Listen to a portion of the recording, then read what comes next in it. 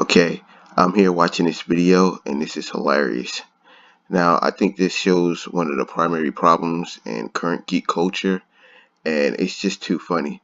At first, I'm gonna play the video and just show you what I'm talking about and then explain how this is perfectly wrong because it's too hilarious.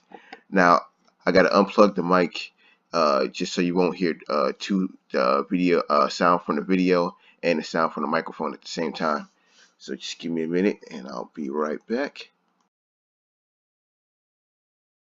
Has to do with Bruce Banner, aka the Hulk, who, besides a quick fight with Thanos at the beginning, well, besides that, we hardly even see the Hulk in this movie. After he loses to Thanos, the Hulk refuses to come out for Banner, who is then stuck in his human form for almost the whole movie. And at face value, that might not seem like such a bad thing. It sounds like they're trying to mix things up a bit, but when you combine this with the disrespect from Shuri, well, it's starting to seem like the Hulk is a victim of the SJW agenda here. Think about it. The Hulk is the biggest and strongest and, dare I say, most manly Avenger. Do you really think it's a coincidence that he all of a sudden can't Hulk out here too? He's basically got erectile dysfunction, or Hulk rectile dysfunction, I guess. So to me, it really seems like the SJWs are trying to neuter the most manly character in the Avengers. And this low-key attack on men is also a two-pronged approach, because not only does the movie neuter the Hulk, the manliest character, they also buff all the girl characters and make them overly smart and skilled, for little more reason than to say girl power a couple times. There's also a giant midget in the movie. That's right, he's the guy from Game of Thrones, and he's also the one the Hulk goes to in the movie to have him make a new weapon to fight Thanos. And I think having midget, dwarf, little person representation is certainly something a radical leftist, pro-diversity, anti-ableist SJW would be all for. That's right, folks!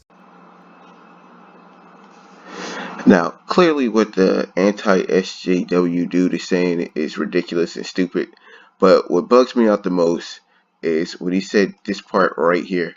You're going to get a little double of the noise because I got to leave the microphone on, but we're just going to go back and play this part.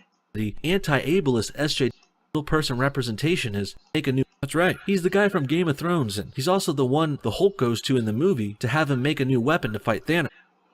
The one the Hulk goes to in the movie to get the new hammer. Now, the funny thing about it is the guy making this anti-SJW video and the anti-SJW dude, neither one of them caught this. And I was looking through the comments just to see if anybody else noticed that. Just to be clear, what I'm referencing is Hulk is not the one that goes and gets the new axe from, I looked up the guy's name, it's Atri or whatever. It's actually Thor, and it's kind of ridiculous because Thor is famous for his hammer, and he goes to get the new axe to replace the hammer, which they spend about I'd say about 30% of the movie on. It's a pretty big plot point, and this pretty much shows that either both of them didn't see the movie, or at least one of them didn't see the movie, and they're so caught up in the argument that no one notices how wrong this is. And what really had me dying is I went through the comments just to see if anyone else noticed it, and that'll be my comment right there. Just to be clear, there's no part in the movie where Hulk goes to Eitri to get a new weapon made. The guy forgot who Thor was. Thor went to Eitri to get the new axe to replace his broken hammer. I don't know how he mixed the two up. Hulk went to Earth to warn the Avengers Thanos was coming. But the funny part is, that's my comment. No one in these comments noticed it. It's one guy out of all these comments that noticed that. They were so caught up with arguing about the SJW and anti-SJW thing that no one caught how wrong that guy was. Now, I actually agree with the the SJW dude, where he said the guy talking about this is ridiculous, but he is. But it shows that in our current culture, we're so caught up in the argument that no one even pays attention to what anybody's saying. It's so ridiculous to confuse Thor with the Hulk. They're two different characters. They look nothing alike, and Thor is famous for his hammer. And after the movie, he was famous for the axe. I don't know how no one caught that. Hey, just play it again. It's too funny. I spent about an hour laughing about this. He's also the one the Hulk goes to in the movie to have him make a new weapon to fight Thanos. And I think having midget, dwarf, little person representation is certainly something. And the funny thing about it is the anti-SJW dude, the whole point he's making through Hulk going to Earth would actually support his point more.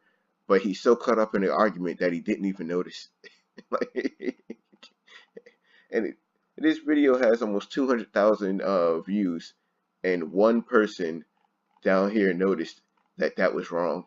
That Hulk didn't go and get the new hammer. There's nothing even close to that part in the movie, and I would be able to forgive it more if like 30% of the movie wasn't about Hulk going to get, Thor going to get that hammer. Like,